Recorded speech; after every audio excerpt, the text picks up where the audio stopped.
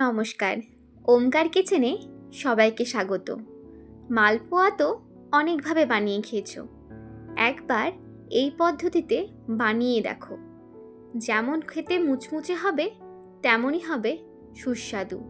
তার জন্য প্রথমেই একটি বাটিতে 1 বাটি পরিমাণ গমের আটা নিয়েছি, তার সাথে হাফ বাটি চালের গুঁড়ো, 2 টেবিল চামচ নারকেল কোড়া ও সামান্য পরিমাণ মৌরি ও নুন দিয়ে প্রথমে শুকনো উপকরণগুলোকে ভালোভাবে মিশিয়ে নেব।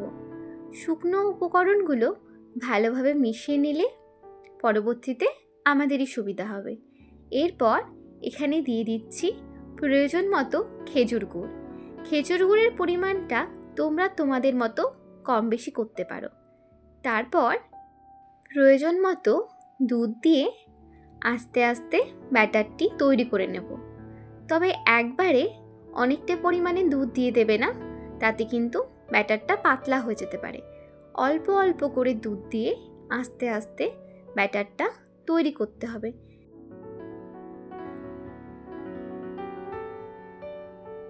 ভালো করে মিশিয়ে নেওয়ার পর প্রয়োজন মতো আরও দুধ দিয়ে এটিকে আস্তে আস্তে মেখে নেব। তোমরা চাইলে কিন্তু এখানে দুধের পরিবর্তে জলেরও ব্যবহার করতে পারো, বা দুধ ও জল দুটোকেই একসঙ্গে ব্যবহার করতে পারো, সেটা সম্পূর্ণ তোমাদের ওপর নির্ভর করছে। দেখো, এইভাবে অল্প করে দুধ দিয়ে দিয়ে ভালো করে ব্যাটারটা এখানে তৈরি করে নিচ্ছি। দেখো, আমাদের ব্যাটার কিন্তু একদম রেডি হয়ে গেছে। ঠিক এই ঘনত্বে আমাদের ব্যাটারটি প্রয়োজন। এবার এই ব্যাটারটিকে প্রায় 2 ঘন্টার জন্য রেস্টে রেখে দেব। তোমরা যদি সময় না পাও তবে অন্তত 1 ঘন্টার জন্য অবশ্যই রেস্টে রেখো।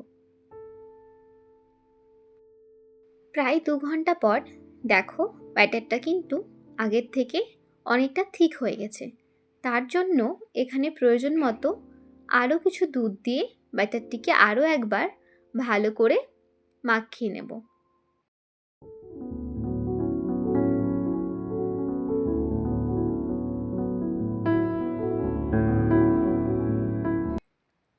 এবার কড়াইয়ে সাদা তেল গরম করে একটি হাতার সাহায্যে অল্প অল্প করে ব্যাটার দিয়ে বেশ কিছুক্ষণ উল্টে পাল্টে ভেজে নিলেই তৈরি হয়ে যাবে আমাদের গরম গরম মালপোয়া। দেখো, মালপোয়াগুলো কি সুন্দর ফুলে উঠেছে। এইভাবেই কিন্তু প্রত্যেকটা মালপোয়া ফুলে উঠবে। এইভাবেই এক এক করে সবগুলো মালপোয়া ভেজে নেব।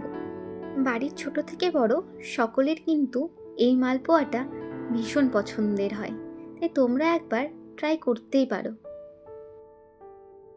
দেখো, প্রত্যেকটা মালপোয়া আমাদের তৈরি হয়ে গেছে। প্রত্যেকটাই খুব সুন্দর ফুলেছে এবং মুচমুচে হয়েছে।